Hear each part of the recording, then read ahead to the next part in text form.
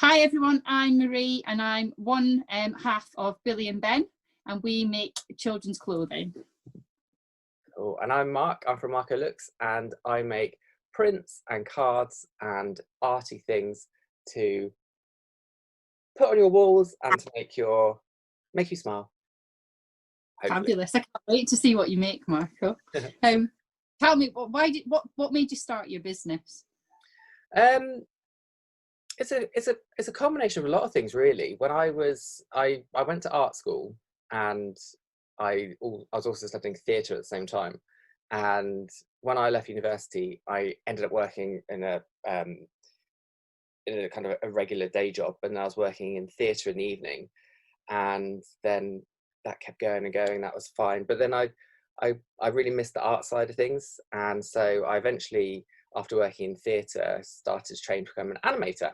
And so I became an animator, long story short, and I did that for 2 years based down in London. And so I was living in York. We just moved to York at that time. It's a long commute. Exactly. So I just got really kind of fed up of living in York, but my life kind of being in London. And so I was due to renew my contract, and I decided to stop and spend some more time in York. And I just kind of really missed the arty side of things. And so and when I was in the studio, one of my friends was on Etsy, and she was telling me all about Etsy. And I was like, what's this? This sounds interesting. This is exciting. Like, you make and sell your own stuff. And so I remembered her talking about that. And so I started making my own prints. I got into printmaking, and yeah, that's kind of how it all started. Just like a need to sell my stuff, really, my art. That's how it's. And how long? When did you set your business up? How long have you been going? So I started. Well, I've done kind of commissions and paintings for people, like for as long as I can remember, really, because I've always had like a self-employed bit on the side of everything that I've always done. So I've always ended up working multiple jobs. Don't know why. And so I've always done like little commission-y bits. And so officially as MarcoLooks, I started at the beginning of 2018, I think, end of 2017. That's kind of when it all started forming itself. Yeah. And what's your favourite item that you make? My favourite item is one of my most recent prints. You can see it on the tea towel, just kind of here. It's my illustration of the Minster, but I've recently put it on a Christmas card, and I don't know if you can see it there. Oh wow! Yeah, kind of covered up by the string, but it's an illustration of York Minster, and so I've put it on my Christmas cards for this year. And yeah, I think that's my favourite, and it's just really funny because as I was creating it, I'm going to see if I can get you a better version. As I was creating it, I showed my friend. I was like, "Look, I've just been doing this doodle," and it turned out that he used to live. This was his front door. No way! What's the chance? Is that crazy? That's crazy. That looks awesome. Thank you. So I just love all the extra little stories I've got with it. But yes, I think that's my favourite piece. But how about you? I feel like I'm doing all the talking. How did you get started? How long have you been? Oh gosh, well, it all started when I was on maternity leave. So Rebecca is now 8, so it will be 9 years ago. And I was on maternity leave and was a little bit bored, had to finish earlier than I anticipated, and thought, what am I going to do? And my mother-in-law is German, and if anybody knows, German families are very good at handcrafts, at sewing. In Germany, everybody makes their own clothes, everybody makes kids' clothes, everybody makes kids' toys. And when I found out I was pregnant, my mother-in-law said, I'm going to make a doll for the baby. And this is a German tradition. So when you know, a daughter-in-law or a daughter is pregnant, the grandma to be, or the Oma, as we say in Germany, when they find out, they start to create a doll for the baby. So that's where it started. So Connie started to make a doll for Rebecca. We didn't know we were having Rebecca a girl, so it was a boy. It was a a sort of neutral sex doll that could have gone either way. And so she started to do that, and she taught me to crochet. That was the first thing. And I was sat at home and I'm just crocheting little cardigans and little things. And she said, oh, why don't you make the clothes for the doll? And I thought, well, I can crochet a cardigan for a baby. Surely I can crochet a cardigan for a doll. It's not as easy as you think. It's much smaller and much more fiddly. But really, that's where we got started. So Connie's a fantastic sewer. I've never really done much more than knitting. So learned to crochet, then she taught me how to sew. And that was kind of it. I had my 14 months off after Rebecca was born, and when she got a little bit older, when newborn, I maybe wasn't doing as much sewing and things, but after she's sort of 3-4 months older, we were a bit into a routine, I started to make clothes. So little skirts, little dresses for her. And some friends said, oh, could you make me a dress? Could you do this? Could you do that? And before I knew it, a few friends and family were saying, oh, could you just make this for so-and-so who's having a baby? And so, yeah, when Rebecca was asleep, I'd be sewing. And Connie was, busy making dolls. People had asked us for some dolls as well once they saw the doll that she made for Rebecca. And that's very much it. I guess the big corporate world drew me back after my lovely time on paid maternity leave, and the reality hit that I probably wasn't going to make my millions from having my kids' clothing business, but I kept it going. It's my stress relief now. So I've got the job Monday to Friday, but nothing better than picking up some crocheting and getting on with that, or sewing something. And since then had Freya, so I had another 12-13 months on paid maternity leave where I could expand my little business a little bit further. And yeah, and it's just grown from there, really. So yeah, we got involved with Etsy probably relatively late on, I guess, so maybe 3 years ago, and that's the Etsy piece has kept the sort of the consistency going, which is great. So yeah, I just make things now and put them onto Etsy rather than doing lots of bespoke commissions, but we still do commissions as well. So yeah, that's our little history. So you're making like unique pieces that go on, or do you make like a set pattern and you make lots of like one type, if that makes sense? Yeah, so we've made all sorts of things. So the most popular item I have are stretchy harem pants or stretchy leggings.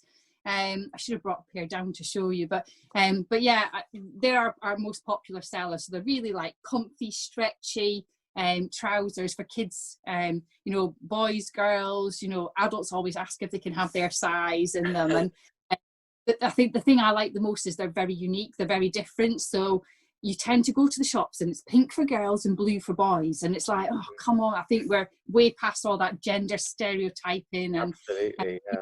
I get wonderful, dinosaur prints, I can get fairy prints, I can get unicorns, I can get monsters.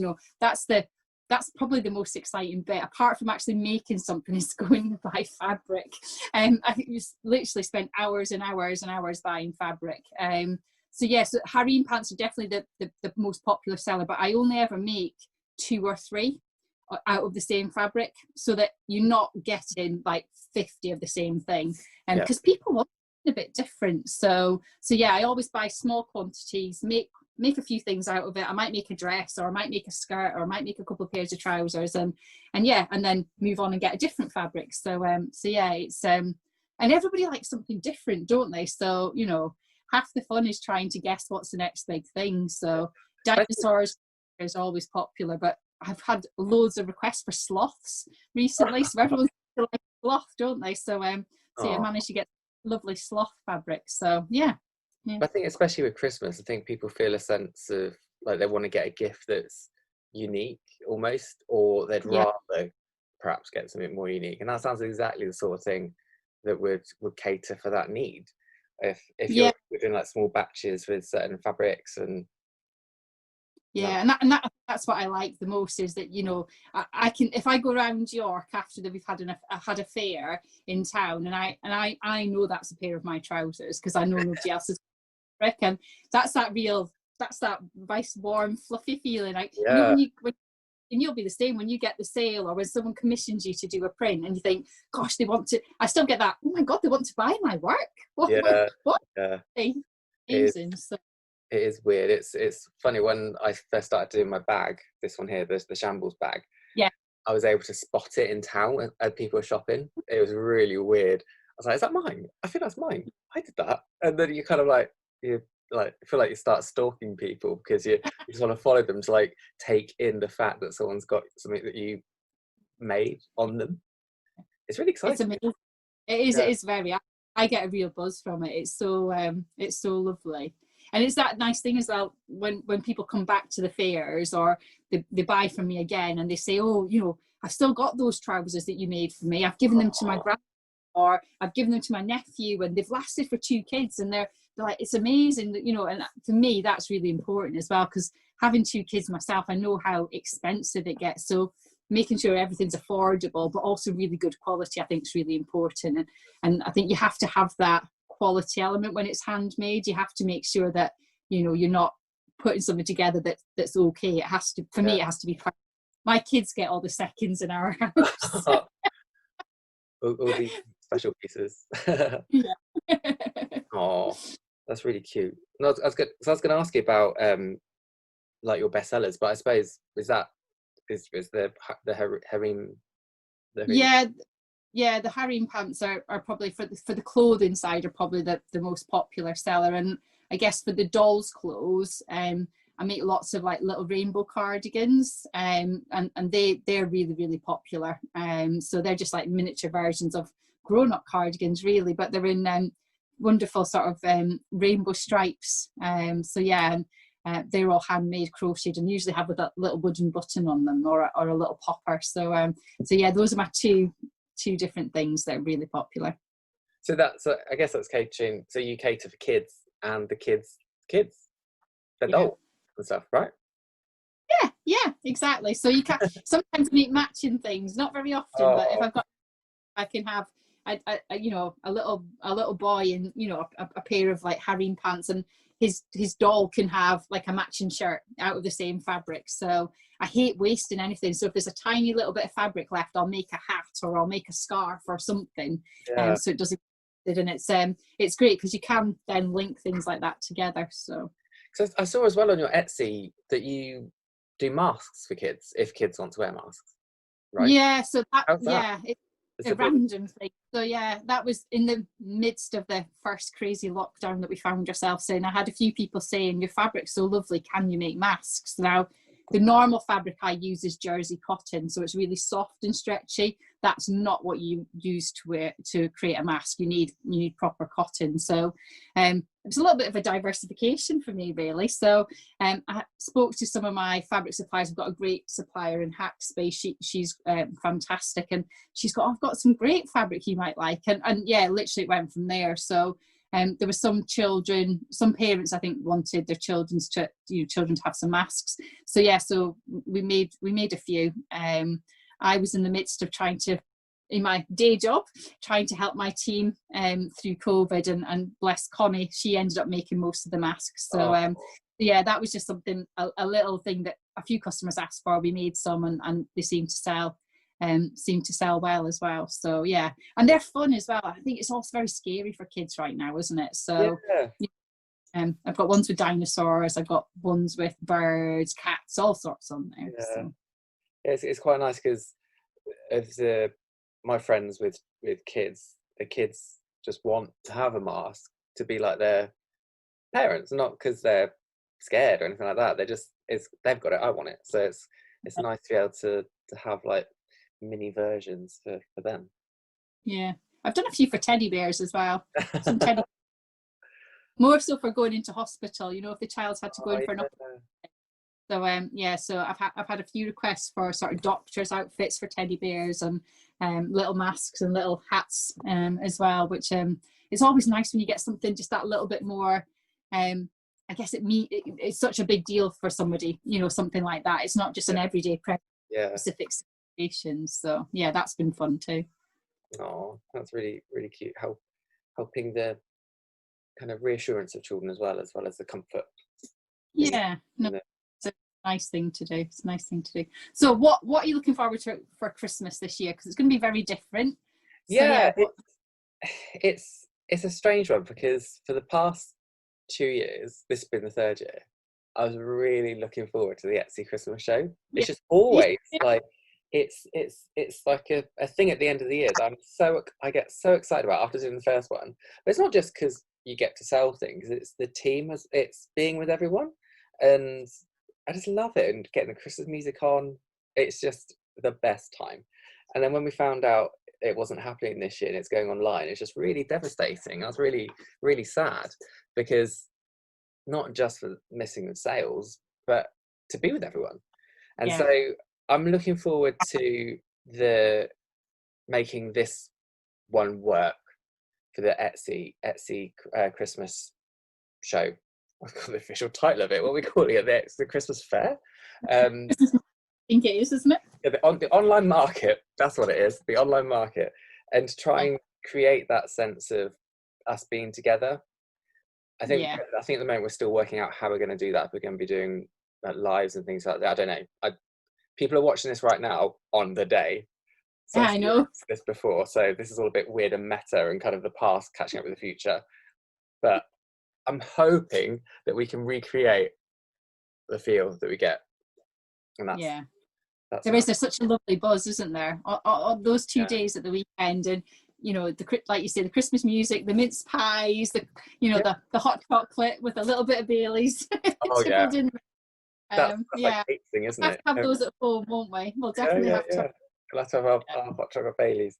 But I've never been to a show where people queue up to get in. And every day at the Etsy show on the Saturday morning and Sunday morning, there's this queues. And it's extraordinary. It's amazing. But there might be queues at our house. We don't know. People knocking on the door asking to buy stuff. But there'll be queues on our feeds and on our Etsy shops. There'll be so many people just waiting.